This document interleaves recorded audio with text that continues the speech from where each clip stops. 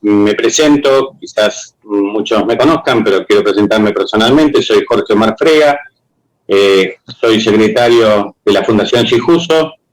Me acompaña el doctor Gastón Argeri, que es el tesorero de la Fundación, y también como miembro del Consejo de Administración de la Fundación está la doctora Adriana Coliqueo, que también nos acompaña en este evento.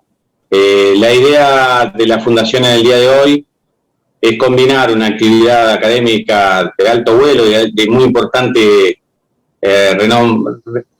resonancia, que tuvo que ver con todo lo que se trabajó en la reforma judicial, y por eso nos acompaña también el doctor Andrés Gil Domínguez, que ha sido justamente participante de este comité, de esta comisión, que ha trabajado en muchos de los aspectos que a nosotros nos preocupan, que son los aspectos relativos a la administración de justicia.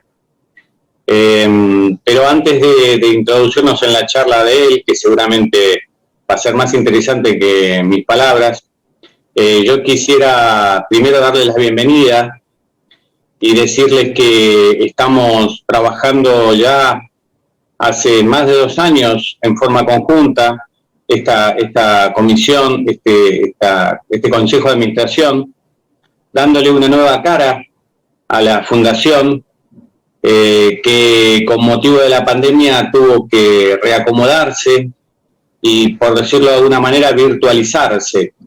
Entonces los cursos presenciales a los que nos tenía acostumbrada la Fundación y que siempre fueron muy bien recibidos en todo el interior de la provincia y en el conurbano, hoy por hoy debieron transformarse en cursos virtuales presenciales, por decirlo así, que a través de la plataforma Zoom en general venimos brindando. Hemos abierto con la propuesta y el impulso del presidente de la Fundación, el doctor Giovanelli, y con los demás miembros del Consejo de Administración, y así como todos los trabajadores y trabajadoras que se esfuerzan en tratar de generar una nueva oferta académica, así como nuestros formadores, como nuestros docentes, que traen propuestas constantemente devenidas de los mismos colegios o devenidas de aquellos docentes que hace tiempo vienen trabajando o algunos que se van sumando. Hay 2 áreas principales que tienen que ver con lo práctico y lo teórico del ejercicio profesional en sentido tradicional, pero también hay un importante trabajo realizado a través de lo que es el área de capacitación en mediación. Hemos formado un grupo de formadores, vale la redundancia, digo nosotros, y lo estoy diciendo en nombre de la Fundación, que han desarrollado una serie de cursos de capacitación continua y capacitación básica que se están desarrollando y que se ofrecen y están a disposición de todos los colegios. Así que es importante que ustedes revisen esta cartilla que tiene algunos cursos que ya venimos dando, algunas charlas que ya existían, pero también se ha renovado con nuevas propuestas. Y es importante que sepan que nada ha dejado de darse a pesar de la virtualidad o la pandemia, y eso en este año, que sabemos que va a ser difícil, va a volver a ocurrir. Estamos dispuestos a escuchar también nuevas propuestas y a tratar de llevar adelante en cualquiera de las áreas que nos toque, desarrollar este esquema. Lo mismo tiene que ver con la capacitación en investigación y con el desarrollo de proyectos de investigación, que también estamos abocados a trabajar en ellos. El Colegio de Provincia de Buenos Aires nos ha dado siempre mucho apoyo, y en esta conducción puntualmente, a pesar de las dificultades, ha tenido siempre un acompañamiento cierto, fuerte, a este grupo del Consejo de Administración y al grupo que trabajan en capacitación en la Fundación Sijuso. Por eso quiero agradecer especialmente al colegio y decirles que todos nosotros, todos los miembros de la Fundación, somos correspondientes al ideario de la colegiación y trabajamos para ello, desde el ámbito académico, desde ya, pero con el objeto de mejorar el ejercicio profesional en cualquiera de sus formas. Así que me parece que es más que importante que ustedes se sientan acompañados y nosotros nos sintamos acompañados por ustedes. Sé que hay representantes de distintos colegios, secretarios y encargados de áreas académicas de distintos colegios, y quiero que sepan que, como lo hemos hablado en otras oportunidades y lo hacemos con mucha frecuencia, la Fundación está a disposición de ustedes, está lista para acompañarlos, y a la inversa, el cimiento de la Fundación está en el trabajo de ustedes. Si no hay demanda, si no hay requerimiento, si no hay búsqueda de llegar a nuevos desafíos de su parte, es muy difícil que nosotros podamos desarrollarnos también. No sé si, no tengo en pantalla si ha llegado Marcelo. Si no es así, le doy la palabra a Gastón para que nos hable como tesorero de la propuesta y de cómo venimos desarrollando estas actividades para el año que viene. Y bueno, y continuamos luego. Gastón. Buenas tardes a todos. Como tesorero no voy a hablar de economía, pero más allá de eso, porque si no sería un bajo, nada, pero la idea es poder avanzar en la charla. No sé si están de acuerdo, Jorge, Adriana, de poder escuchar al doctor Andrés Gil Domínguez para que pueda desarrollar, porque además el doctor tiene una agenda bastante ajetreada hoy el día lunes de la virtualidad, y la idea es poder aprovecharlo y que todos los que estamos participando en esta charla podamos sacarle el jugo, más allá de la conferencia que nos dé, que después nos permitió poderle preguntar sobre el tema y los temas que nos interesen. No sé si estamos de acuerdo en eso. Para invitarlos, hago mías las palabras de Jorge también y mandarle saludos de Marcelo Fioranelli, que seguramente se esté sumando en algún momento de la conferencia. ¿Estamos de acuerdo? ¿Les parece bien? Jorge, Adriana. Perfecto, Adriana. El doctor Andrés Gil Domínguez no necesita más que presentación. Queremos aprovecharlo para, como dijo Jorge, para poder hablar de la reforma judicial y podernos desasnar de todos estos temas. Un placer tenerlo y agradecerle mucho la participación, doctor. Bueno, muchísimas gracias, muy buenas tardes a todos y a todas. Para mí es un gran gusto estar en este espacio y agradezco la invitación a CIJUSI y la posibilidad de poder de alguna manera expresar o explicar algunas de las cuestiones que se están debatiendo en torno a la llamada reforma judicial y algunos de los aspectos de las propuestas y recomendaciones que el Consejo Consultivo que integré elevó al presidente. Mi idea es hacer una pequeña introducción general y después ir directamente a las propuestas y a las recomendaciones realizadas en torno a la Corte Suprema de Justicia, por una cuestión de tiempo. No obstante esto, después, en el segmento de las preguntas, quedo a disposición para contestar cualquier tipo de interrogante o compartir cualquier tipo de reflexión en términos vinculadas a otros temas, que no es la Corte Suprema de Justicia, sino que puede ser Consejo de la Magistratura o Ministerio Público, que me parece que son las tres estructuras basamentales en donde se debe fundar una reforma judicial. Yo voy a compartir pantalla y voy a utilizar un PowerPoint. No es mi modalidad usual, pero me parece que el caudal de información y la necesidad de graficación, ya que estamos en la virtualidad, me obliga a mí a tener que utilizar esta herramienta. La idea es que discutamos sobre la reforma judicial del siglo XXI.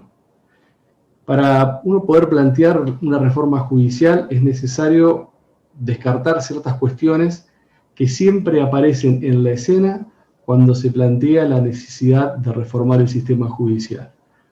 La primera respuesta, siempre de forma automática y casi dogmática, es sostener que toda reforma judicial lo que aspira en realidad es a violar la independencia del Poder Judicial, la división de poderes y someter el poder al Poder Judicial al Poder Político de turno. Entonces, se descarta y se evita cualquier tipo de reforma judicial bajo este primer presupuesto.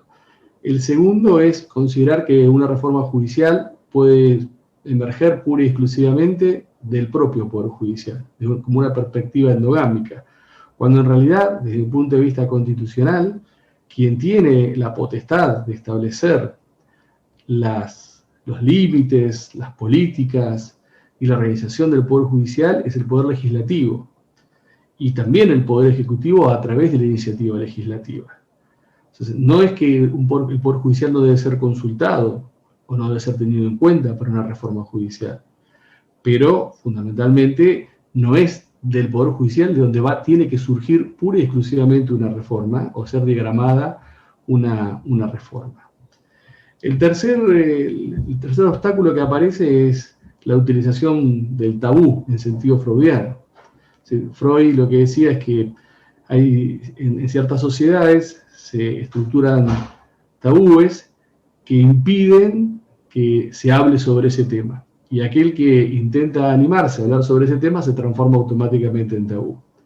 Y también sucede eso, sucede que cuando se intenta abordar la reforma judicial de distintos aspectos, distintos ámbitos, muchas veces emerge el tabú de esta reforma se hace para beneficiar la impunidad de determinadas personas que están en el poder.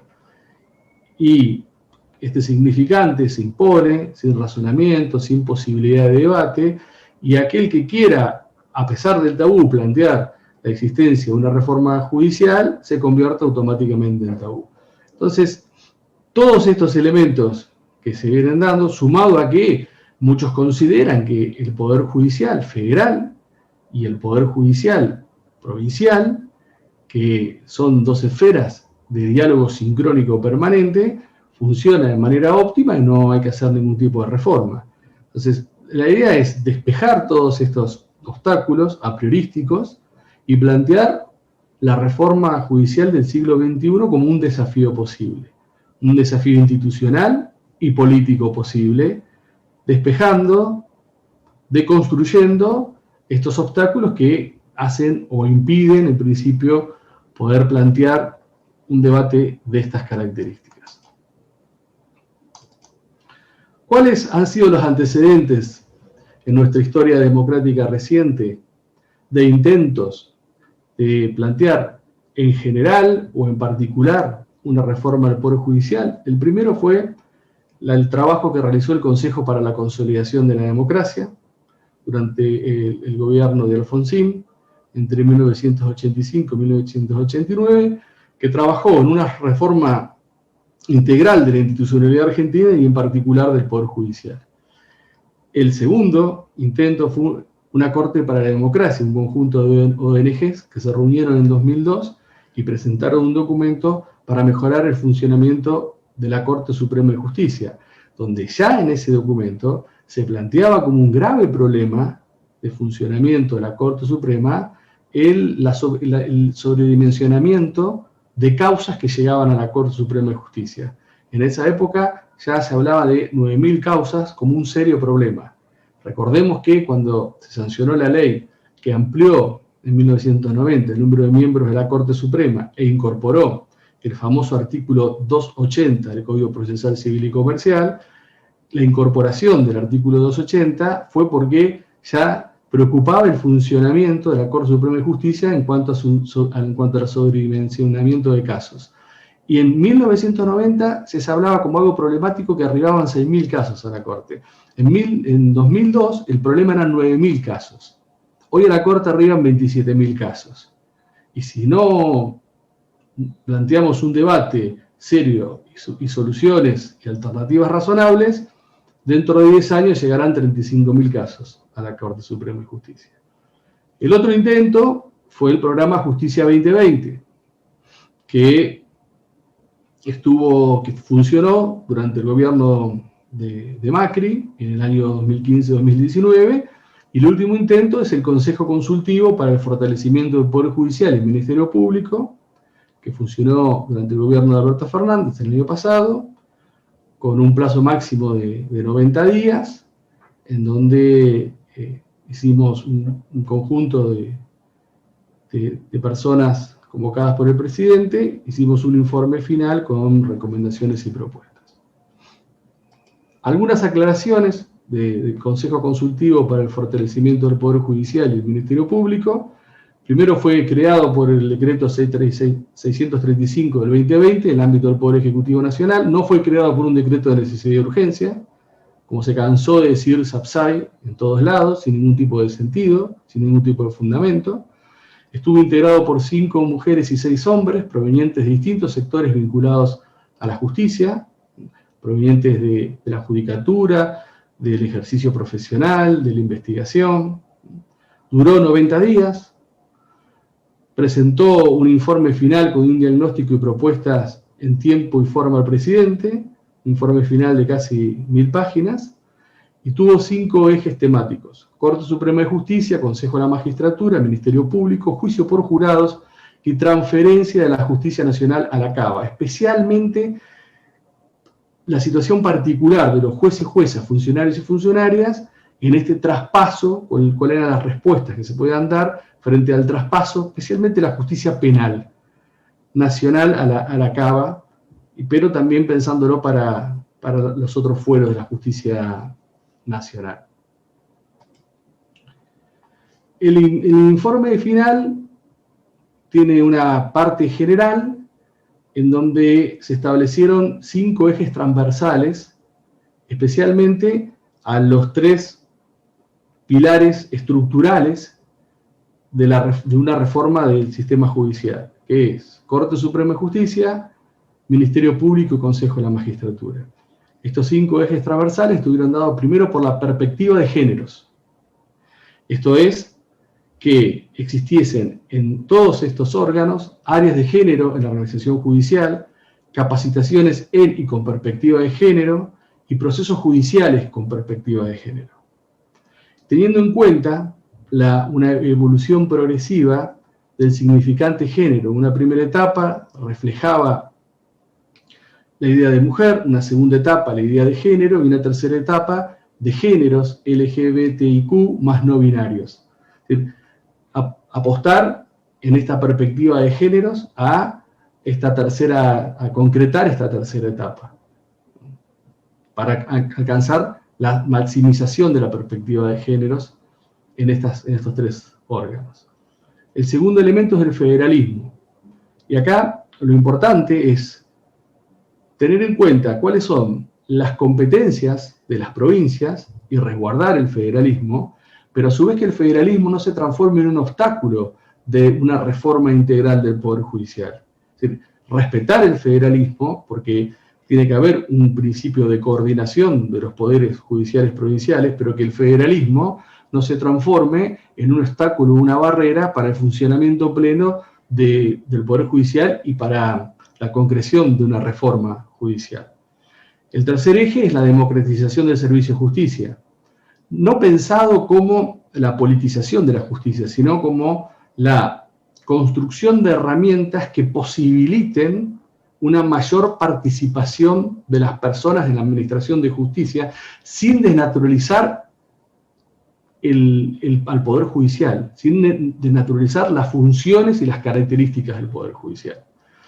Y el último eje transversal es la necesidad de establecer una agenda digital y de innovación tecnológica basada en inteligencia artificial. Hay 13 poderes judiciales de América Latina que tienen un programa específico. Nosotros ni siquiera lo hemos empezado a discutir. Y la idea de la digitalización fue de alguna manera impuesta por el COVID-19. El COVID-19 desnudó las fallas estructurales, el atraso tecnológico y el funcionamiento analógico, casi de principios del siglo XX, de nuestros poderes judiciales. Hay algunas excepciones en algunas provincias que venían trabajando una agenda de digitalización. Pero una agenda de innovación basada en inteligencia artificial no existe en la República Argentina, ni a nivel federal ni a nivel provincial. Hay que distinguir la digitalización de la transformación de toda la información a un sistema binario. Y la innovación tecnológica basada en inteligencia artificial es sobre la base de esa información digitalizada, que es un small data, no es big data, utilizar algoritmos, que pueden ser algoritmos débiles, pueden ser bots, para que esa información digitalizada genere un servicio mucho más rápido, mucho más transparente y sometido a mayores controles.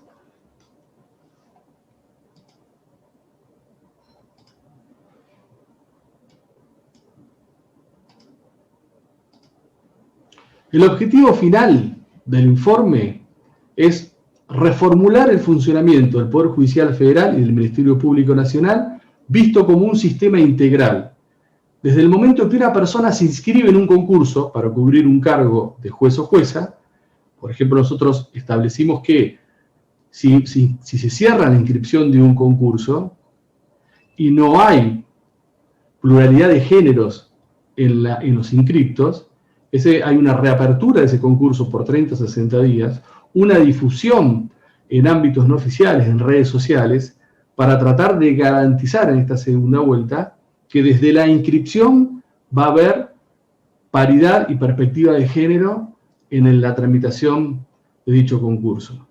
Pasando por el proceso de designación, por ejemplo, estableciendo que la entrevista no podrá superar más del 20% del total del puntaje asignado, hasta el proceso también pasando el proceso de designación, si ya se ha establecido el orden de mérito en el Consejo de la Magistratura, si en un determinado plazo no se envía la terna al Poder Ejecutivo, pasan los 3 primeros, o si el presidente en un determinado plazo no elige alguno de la terna, automáticamente pasa como propuesto el primero de la terna, hasta una vez designado un juez o jueza que tenga que estar sometido a un examen cada 7 años de conocimientos para ver en qué situación de conocimientos aplicados está, a los efectos de establecer una capacitación obligatoria para el mejoramiento del servicio de justicia de ese juez o jueza, hasta establecer que el cargo de juez o jueza es full life. Podrá tener una dedicación docente simple, nada más que eso. Ni miembro de los consejos directivos, ni director de departamentos, ni director de maestrías, ni miembro de comisión de doctorado, full life. Hasta el momento que la Corte Suprema de Justicia dicte una sentencia en un caso. El problema hoy es el sistema, no las personas. Y por ende lo que es necesario cambiar es el sistema, no a las personas. No es que mejoramos la problemática hoy del Poder Judicial cambiando personas. La mejoramos pensando cómo cambiamos el sistema y después ver cómo le damos a las personas las herramientas necesarias para que hagan funcionar el sistema.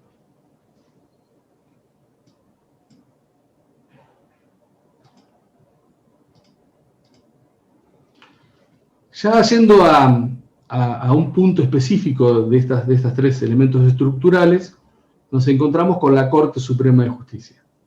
Entonces, primero y fundamental, hay que sancionar una ley orgánica que termine con la dispersión normativa en cuanto a la organización, jurisdicción y competencia de la Corte Suprema de Justicia. Hoy tenemos una dispersión que va desde decretos leyes emitidos por dictaduras, desde leyes del siglo XIX, desde partecitas del Código Procesal Civil y Comercial, desde decretos del Poder Ejecutivo que pueden ser cambiados por otro decreto, y desde acordadas, mediante las cuales la Corte Suprema de Justicia ha asumido potestades que son legislativas y que no son de la Corte Suprema de Justicia.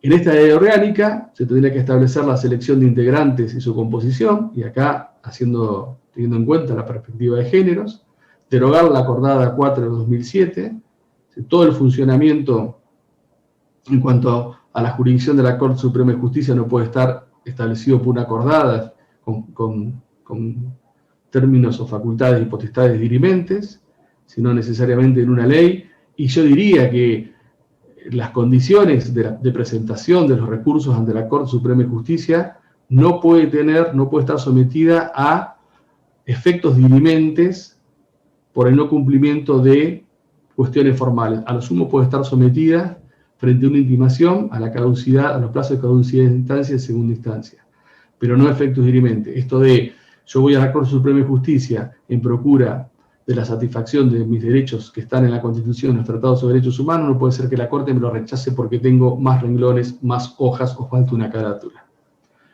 También establecer plazos razonables para resolver las causas, gratuidad en la tramitación de recursos, regular la competencia originaria apelada y dirimente, pues son las 3 competencias que tiene la Corte Suprema. Regular audiencias públicas, regular amigos del tribunal, que si bien están regulados por acordadas, tienen que estar reguladas por ley y ajustados a algunos aspectos. Una agenda pública y anual de casos mínimos, que la Corte Suprema todos los años diga, bueno, de los casos que han llegado, estos van a ser los casos que yo voy a tratar, casos mínimos, porque pueden arribar otros casos que deban ser tratados por la Corte. La necesidad de establecer una consulta, un mecanismo de consulta constitucional y convencional no vinculante de los demás poderes a la Corte Suprema de Justicia respecto de la validez de leyes, tratados o decretos. Algo que de alguna manera dejó abierta la posibilidad del voto de Horacio Rosati en el caso presidenta del Senado, Cristina Fernández de Kirchner, sobre acción meramente declarativa.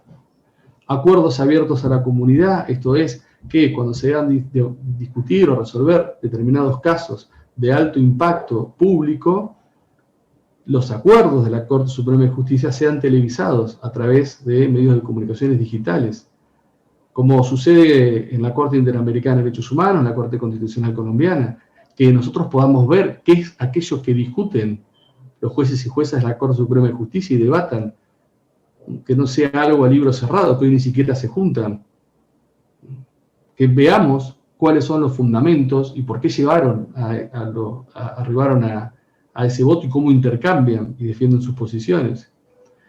Y por último, la idea de un sistema con grifos, filtros y participación democrática con el objeto de recuperar el rol de la Corte Suprema de Justicia como un tribunal constitucional y convencional. Frente a este diagnóstico de este sobredimensionamiento que hoy vive la Corte Suprema de Justicia.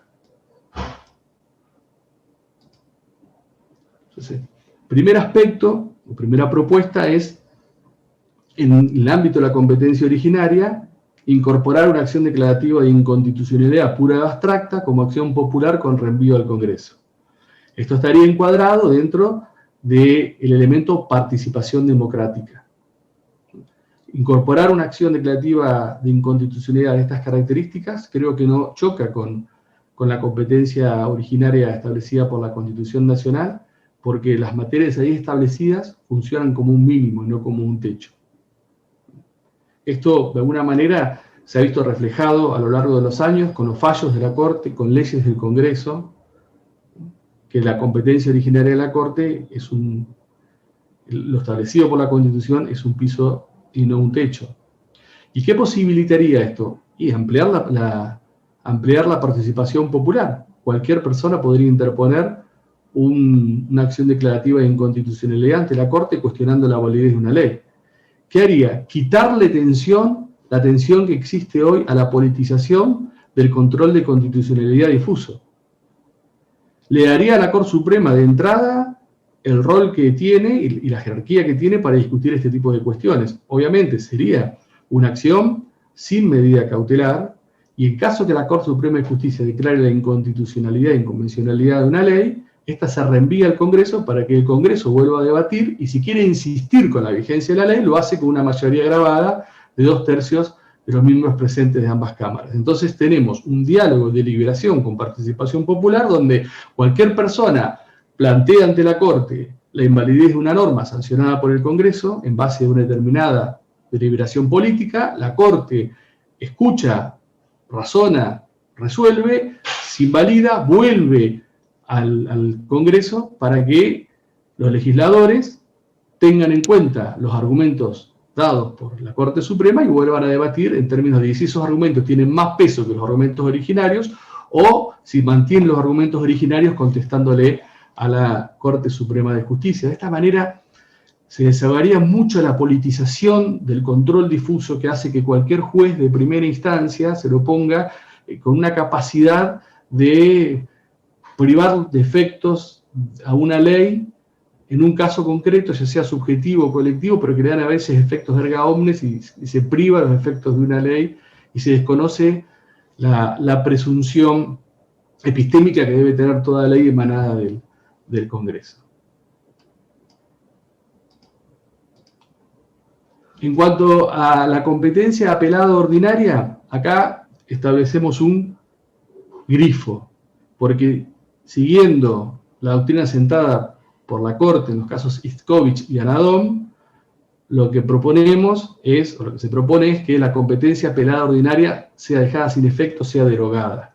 Entonces acá colocamos un grifo que lo que haría es ya disminuir cierta cantidad de casos, no muy grandes, pero importantes, de arribo a la Corte Suprema de Justicia.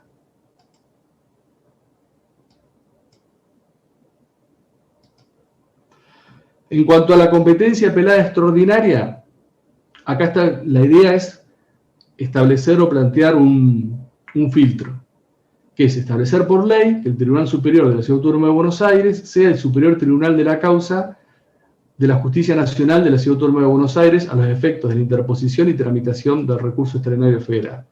Ya la Corte Suprema de Justicia, en el caso de Levinas, ha dicho algo, ha dicho que el TSJ de la Ciudad Autónoma de Buenos Aires es el máximo tribunal a los efectos de establecer conflictos de competencia entre la justicia de la Cava y la justicia nacional de la Ciudad Autónoma de Buenos Aires. Esto ha generado un conflicto cuando la Corte Suprema de Justicia, el TSJ, ha tomado o se ha considerado, ha considerado que era el Tribunal Superior de la causa, la Cámara Nacional lo rechazó y ahora el caso ha llegado a la Corte Suprema y es el caso de Levinas que va a resolver la Corte Suprema de Justicia.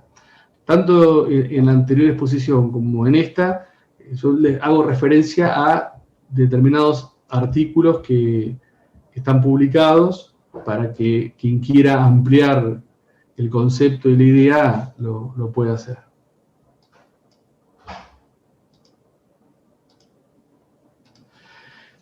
La otra propuesta es establecer un filtro o un grifo, según el efecto que se le dé a la actuación de esta instancia. Es la creación de un Tribunal Federal de Revisión de Sentencias Arbitrarias o Tribunal Federal de Garantías, con la idea de que este tribunal revise las sentencias arbitrarias o los planteos de sentencias arbitrarias de las sentencias dictadas por las cámaras federales y los tribunales superiores de provincia, sin que esto implique ningún tipo de invasión en las autonomías provinciales, puesto que esto no es derecho común, sino que esto es derecho federal, tal cual lo viene diciendo la Corte Suprema de Justicia en innumerable jurisprudencia. La sentencia arbitraria es derecho federal. Entonces, la idea es establecer un tribunal de estas características, dividido en salas, con especializadas, con un recurso que llegue de forma directa, gratuito, y en donde, de alguna manera, será grifo si se puede recurrir después a la Corte Suprema de Justicia. Será filtro. Será grifo si se establece que la actuación de este tribunal es irrecurrible. Ahora, la idea es dar o proponer una alternativa a la situación actual de la Corte Suprema de Justicia. 27.000 causas por año, arriban, se resuelven entre 6.000 y 7.000, de las cuales solamente con fundamento propio, sin remisión al dictamen del procurador o a casos anteriores, son entre 200 y 300 causas solamente, y el resto se rechaza. Se rechaza invocando el artículo 280, que permite que la Corte Suprema de Justicia, cuando considere que una causa no es sustancial, no es trascendente o no hay agravio federal suficiente, pueda rechazarla sin ningún tipo de fundamento. Entonces, el 90% de las causas que llegan a la Corte Suprema de Justicia hoy son rechazadas sin fundamento. Para arribar a la Corte Suprema de Justicia en queja, que es la mayoría de las veces mediante el camino al cual se arriba, hay que pagar 100.000 pesos. Entonces, hoy tenemos una Corte que llega a 27.000 causas, de las cuales resuelve con fundamento entre 200 y 300, se rechaza la gran mayoría sin dar ningún tipo de fundamento, el justiciable no tiene respuesta, el 280 ya ha sido considerado inconvencional por la Corte Interamericana de Derechos Humanos en 2 casos, en Mohamed y en López, y los tribunales anteriores están muy tranquilos, porque pueden seguir dictando sentencias arbitrarias que nadie se las va a revisar.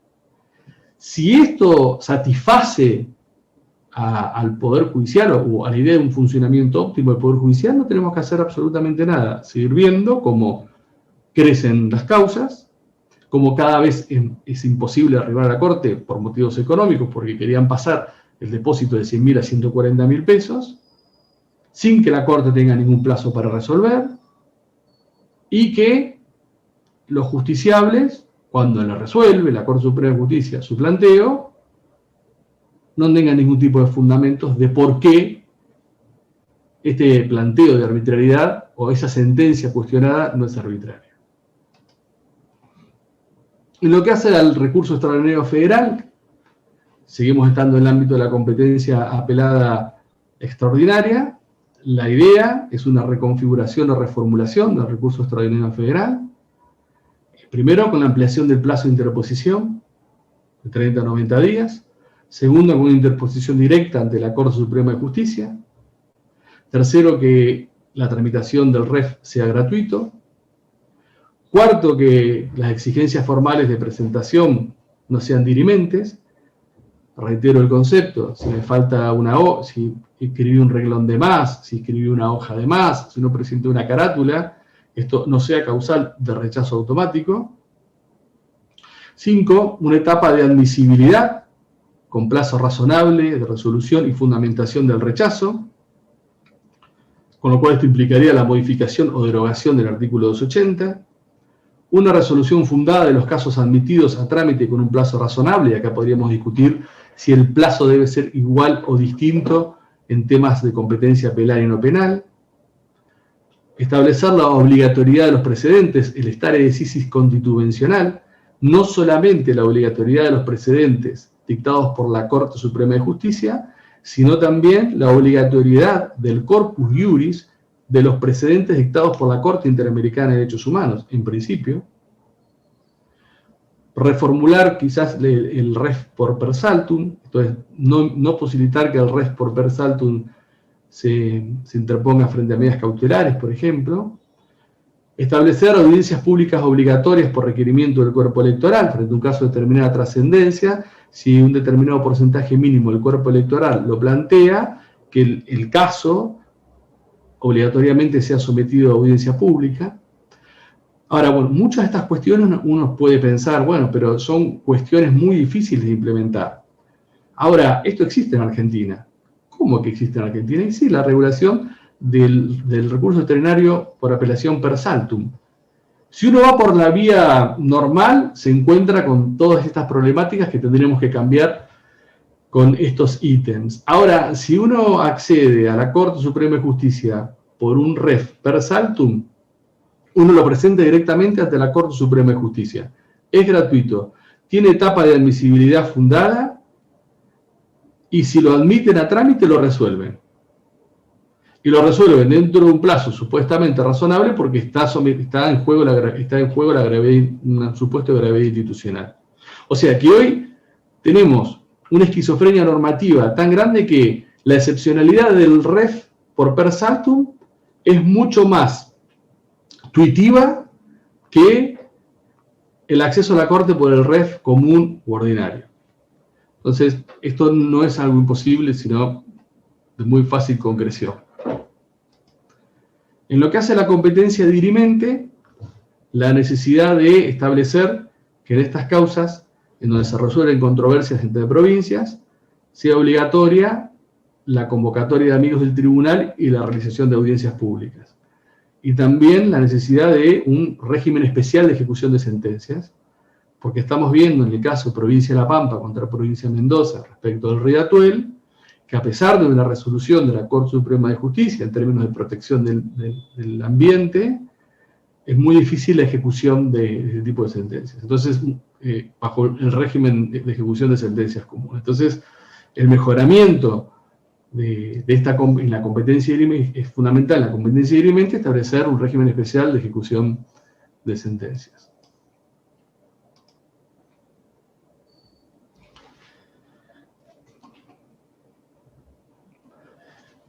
En el informe final, también respecto a la Corte Suprema de Justicia, uno de los ejes transversales son fundamentales.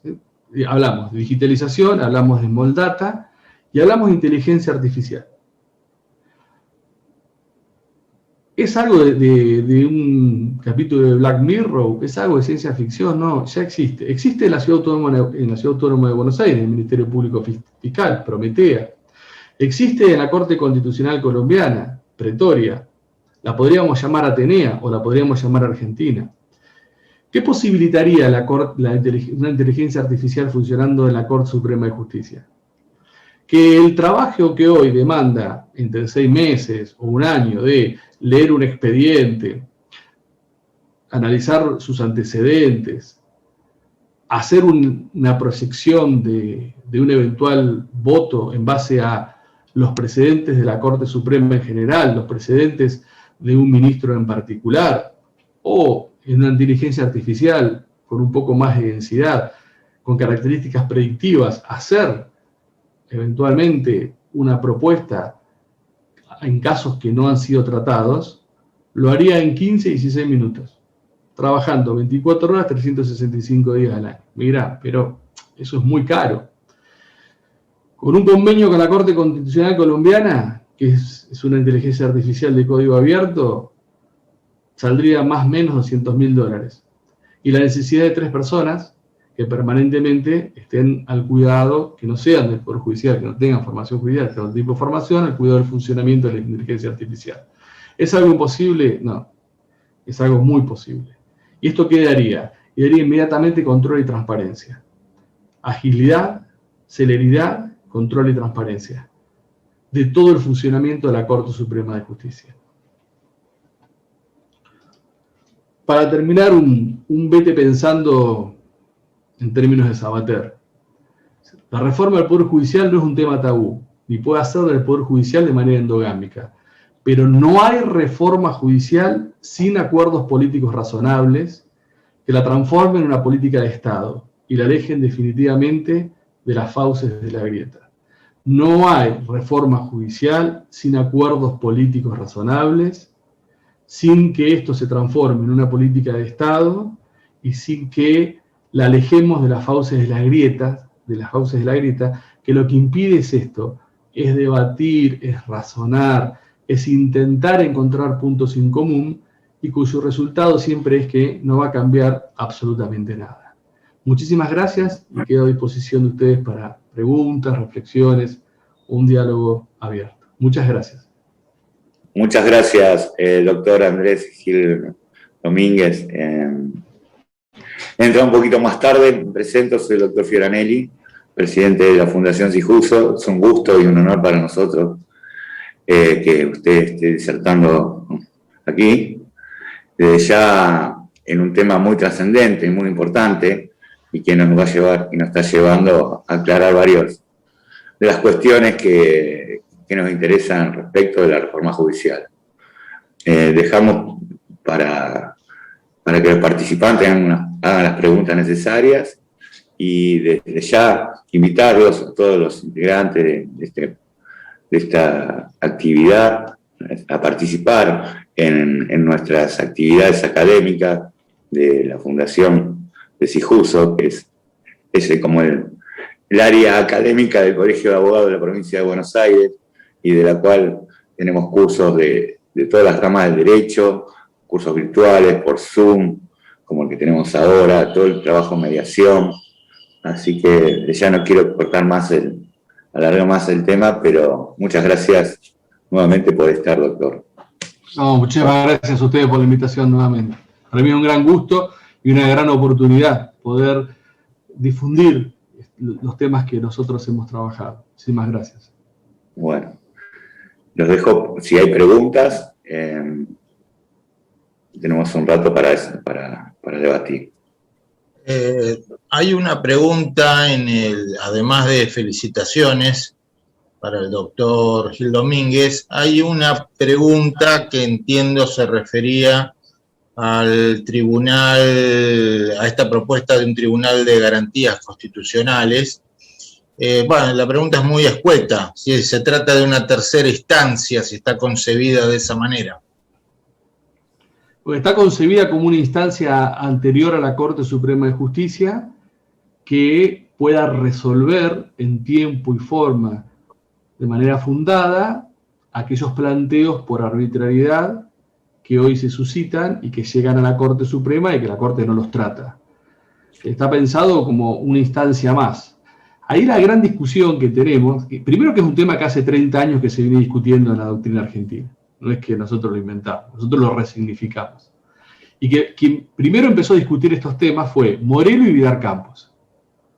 Y que después Belucio también lo discutió, y que Banossi 2 veces y Jorge Yoma plantearon proyectos de ley al respecto, y que la Asociación de Derecho Procesal, la Asociación Argentina de Derecho Constitucional, también lo plantearon. No es un tema que sea novedoso, sino que es un tema que se viene planteando hace años para tratar de resolver el problema de la Corte Suprema de Justicia. Entonces acá la discusión es si aquello que resuelve este tribunal es irrecurrible, con lo cual se transforma en un grifo, o es recurrible ante la Corte, con lo cual se transforma en un filtro. Entonces, mirá, si vos lo transformás en un filtro, en realidad va a llegar todo a la Corte. Y no va a llegar todo a la Corte, porque, o podrá llegar a la Corte, pero el recurso extraordinario frente a este tribunal, la interposición, se le dará efecto no suspensivo, efecto devolutivo, y entonces va a ser un filtro razonable. Y además que frente a una respuesta clara, concreta, contundente, fundada de un tribunal de estas características, inmediatamente va a bajar la cantidad de casos que llegan a la Corte. Pasó con la casación penal. En 2019, según estadísticas que hicimos nosotros, porque si hay algo que no se caracteriza a la Corte Suprema de Justicia, tampoco de tener un sistema de estadísticas y de índices muy satisfactorio, entonces nosotros en esos 3 meses trabajamos para hacer un sistema de estadísticas del año 2019 que no existía en la Corte y todavía creo que no está. De todos los casos que llegaron a la Corte Suprema de Justicia, de casación penal era el 1,9, el 1,90. Entonces, un tribunal de estas características, ya sea como grifo, como filtro, si es como grifo, te saca a la Corte Suprema de Justicia un 60-70% de los casos que le llegan. Y como grifo va a disminuir esos 60-70, ponerle a la mitad. Entonces ya ese sobredimensionamiento que tiene la Corte, sacándole la competencia apelada ordinaria, transformando el TSJ como último tribunal de la causa, más un tribunal de estas características, poco a poco la Corte va a volver a tener la competencia para la cual fue pensada, ampliada en 1994 con la reforma. Un tribunal constitucional y convencional para resolver casos donde se planteen la invalidez de normas por ser contrarias a la Constitución y a los tratados sobre derechos humanos. Si bien es una propuesta que, como ninguna propuesta es perfecta, lo que yo no veo es cuáles son las alternativas. Si no es un tribunal de revisión de sentencias arbitrarias, un tribunal de garantías, ¿cuál es la propuesta alternativa para terminar con esta situación de la Corte Suprema de Justicia? Porque hay autores muy valiosos, como Giannini, que han hecho un trabajo espectacular durante varios años sobre las estadísticas de la Corte. El trabajo que no hace la Corte lo hace Giannini en La Plata con un grupo espectacular de investigadores que él coordina. Es una postura válida que dice, bueno, no agreguemos más instancias, sino que mejoremos las instancias inferiores. Primero que, si esto fuera posible, demandaría muchísimo tiempo. Si esto se ha intentado en estos años, ha fracasado, y que esto implicaría una coordinación de consejos de la magistratura que yo no la veo hoy en la situación actual del país viable. Entonces, yo siempre planteo, si esto no, ¿cuál es la alternativa si consideramos que la Corte hoy no está funcionando como tendría que funcionar? Pero no funcionando de un punto de vista solamente institucional, desde un punto de vista del justiciable, de la persona que, frente a una sentencia que considera arbitraria, no tiene un tribunal que la revise. Y que le dé un tribunal especializado y que le dé una respuesta, acorde al planteo que hace. Entonces, eso es un poco, de alguna manera, las características que tendría este tribunal de revisión de sentencias arbitrarias.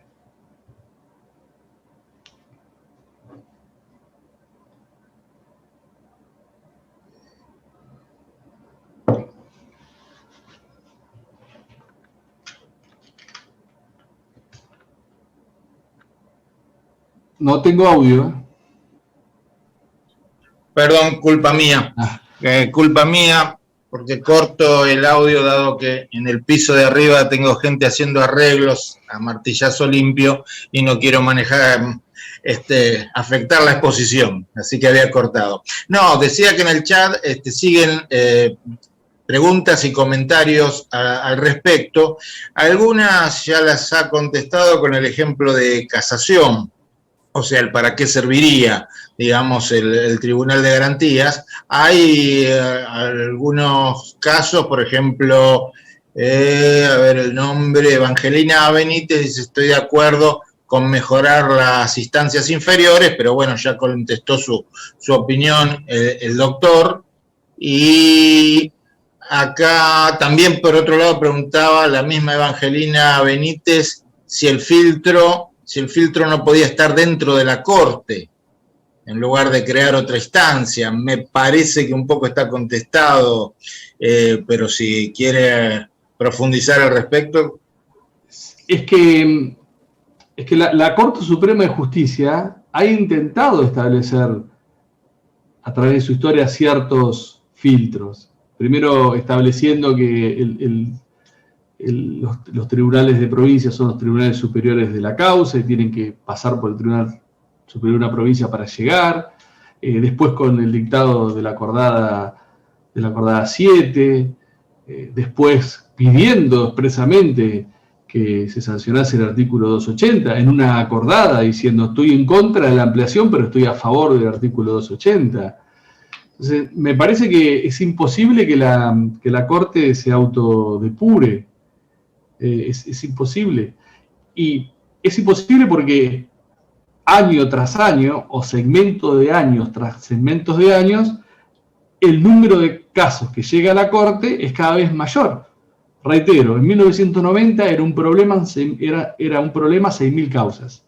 En 2002 era un problema 9.000 causas. Hoy es un problema 27.000 causas. Entonces, la Corte no ha podido resolverlo. Porque la Corte, aparte, no quiere resolverlo. No quiere resolverlo, porque a la Corte le interesa que le lleguen todas las causas, rechazar el 80% sin fundamento, pero pescar la que le interesa. Pescar la que le interesa. De forma muy poco democrática e igualitaria. Porque rechaza en gran parte todas las causas y agarra la que quiere, sin tener plazos para resolver y sin dar ningún tipo de fundamento, porque es trascendente y sustancial una causa y no la otra. La de Juan Pérez lo es y lo de María López no lo es. No lo sabemos. No lo sabemos. Entonces, me parece que es imposible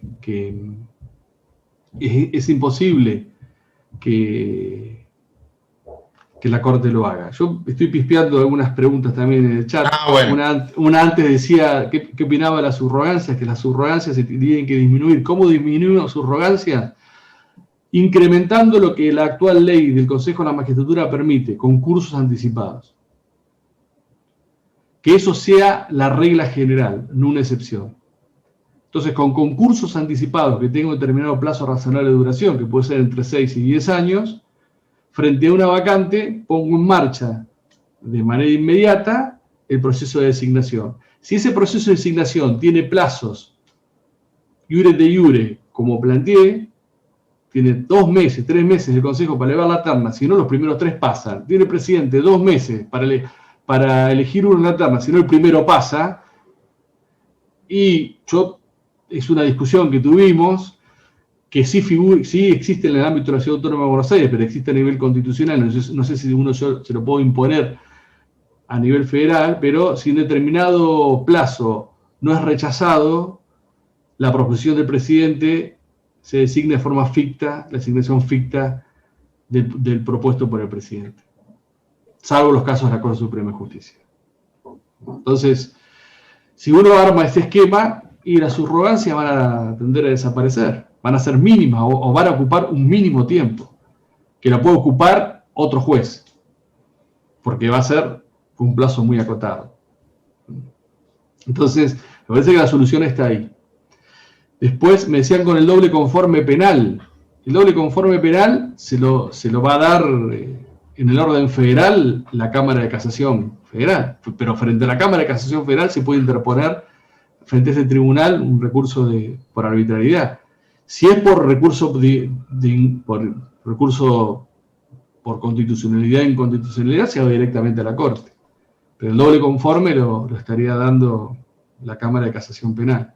También hay una discusión sobre si la Cámara de Casación Penal se le incorpora o no dentro de la competencia del Tribunal de Revisión de Sentencias Arbitrarias. Lo que pasa es que si yo dejo casación, tendría que dejar afuera entonces penal de los tribunales provinciales, o generar una simetría. No toco casación y toco sí la competencia penal de los tribunales superiores de provincia. Entonces, en principio, la solución más armónica es tomo casación y tomo penal la competencia penal de los tribunales, los superiores tribunales de provincia.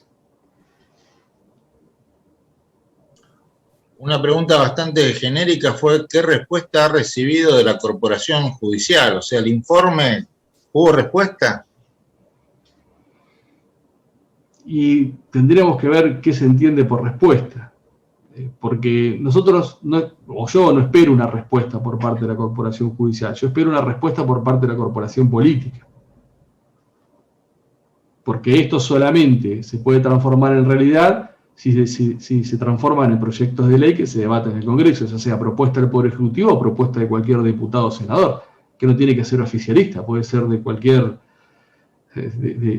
ideología, cualquier bancada, porque la idea de este informe es plantear una política pública, la reforma judicial como política pública. Esto no está hecho exclusivamente a voluntad de Alberto Fernández. Y es una de las grandes virtudes del presidente, fue que nos convocó a todos y a todas desde distintas áreas, y en mi caso particular, me otorgó, no porque me tuviera que otorgar, pero me dio total libertad para que no solamente actuara en ese ámbito, sino que cuando yo, en ese periodo, si tenía que ser crítico con su gobierno en otras áreas, lo fuese. O sea, yo actué con total libertad. Y el otro gran mérito del presidente es poner esto en escena de discusión, ponerlo en escena. Ahora, si muchos... mi problema no fue tanto, digo, la corporación judicial, el problema de la corporación política, la corporación académica fue. El problema de la corporación académica, porque hay muchos colegas como Sarsay y Gargarella que no han leído el informe y utilizan el tabú o ese significante descalificador para ni siquiera entrar a discutir seriamente estas propuestas. Que les pueden gustar o no les pueden gustar. Ese es otro tema. Y quizás en el debate nos marquen errores que enriquezcan la cuestión. Ahora, si académicos no han leído un informe de esta característica, no han leído el informe, o el primer paso es descalificarlo, entonces es muy difícil. Yo no esperaba ningún tipo de respuesta por parte de la corporación judicial, espero respuesta por parte de la corporación política y esperaba más seriedad por parte de algunos actores de la corporación académica.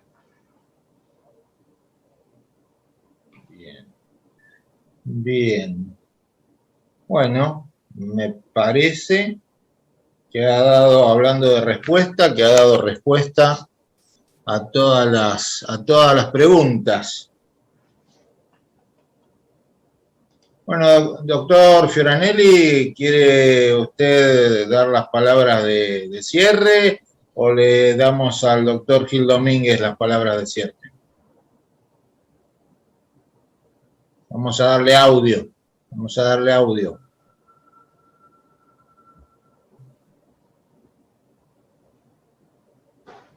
Bueno, hay una reflexión más que me gustaría compartir cuando dicen, bueno, del momento que se impone pagar 100.000 pesos para llegar a la Corte Suprema de Justicia, y reitero, lo querían ampliar a 140.000 pesos este año, y se frenaron, ¿no? Esto implica una justicia elitista, o una Corte Suprema de Justicia elitista. Sí, yo comparto con Evangelina. Porque, ¿quién tiene hoy la capacidad de disponer de 100.000 pesos para hacer un depósito y llegar a la Corte? Cualquier persona. Y no me vengan con el verso de beneficio de litigar sin gastos, porque el beneficio de litigar sin gastos se lo dan a una persona que, por lo menos acá, muy difícil que otorgue un beneficio de litigar sin gastos. Y aparte lo somete a una persona a ir a un proceso para poder tener acceso a la gratuidad ante la Corte Suprema de Justicia. Sí, el acceso a la Corte Suprema de Justicia, una Corte pensada como un tribunal constitucional y convencional de defensa de los derechos humanos y derechos fundamentales, tiene que ser gratuito. Es más, para mí, el funcionamiento de la justicia, la tasa de justicia es inconstitucional e inconvencional. Si yo ya pago con mis impuestos el funcionamiento del Poder Judicial, ¿por qué tengo que pagar una tasa de justicia? ¿O acaso yo pago una tasa para que sancionen leyes? ¿O acaso yo pago una tasa para que dicten decretos reglamentarios de leyes? Alguna vez tendríamos que discutirlo en serio esto. ¿Cómo yo tengo que pagar una tasa de justicia para poder acceder al servicio de justicia? ¿No? Es algo que realmente, desde el punto de vista, esto ya lo planteó mi querido maestro Villarcampos, ¿no? Desde el punto de vista constitucional y convencional, para mí, es totalmente inválido. No hay ningún justificante para que uno, para acceder al servicio de justicia, uno que pague impuestos, con la cantidad de impuestos que paga en este país, tenga que pagar un impuesto más para poder acceder al servicio de justicia. Que lo paga aún en los procesos constitucionales, porque la actual ley de tasa dice que el habeas corpus y el amparo uno lo paga, pero si pierde, paga tasa de justicia. O sea, una garantía que está en la Constitución, que está en el Pacto de San José de Costa Rica, para proteger derechos, la tengo que pagar. Algún día también tenemos que discutir este tema. Sí. Sí, realmente es así. Bueno, doctor, nosotros nos vamos a estar despidiendo. No sé si quiere hacer algún último cierre a su locución. Ya agradecer a todos los que participaron en esta charla. Para mí fue muy enriquecedora y esperar volver a estar con ustedes en alguna otra charla o en alguna otra actividad que hagamos desde la Fundación. Bueno, muchísimas gracias por la invitación, reitero, y por el espacio. Para mí ha sido un gran gusto estar con ustedes y, bueno, a plena disposición para cualquier otra actividad y cualquier otro debate, y espero que esta charla sea de alguna manera multiplicadora, que los que hoy estuvieron en la charla se vayan convencidos, como mínimo, que hace falta una reforma integral del sistema del Poder Judicial Federal, como mínimo. Sí, es cierto. Yo estaba convencido, pero ahora mucho más. Muchas gracias, doctor. Muchísimas gracias.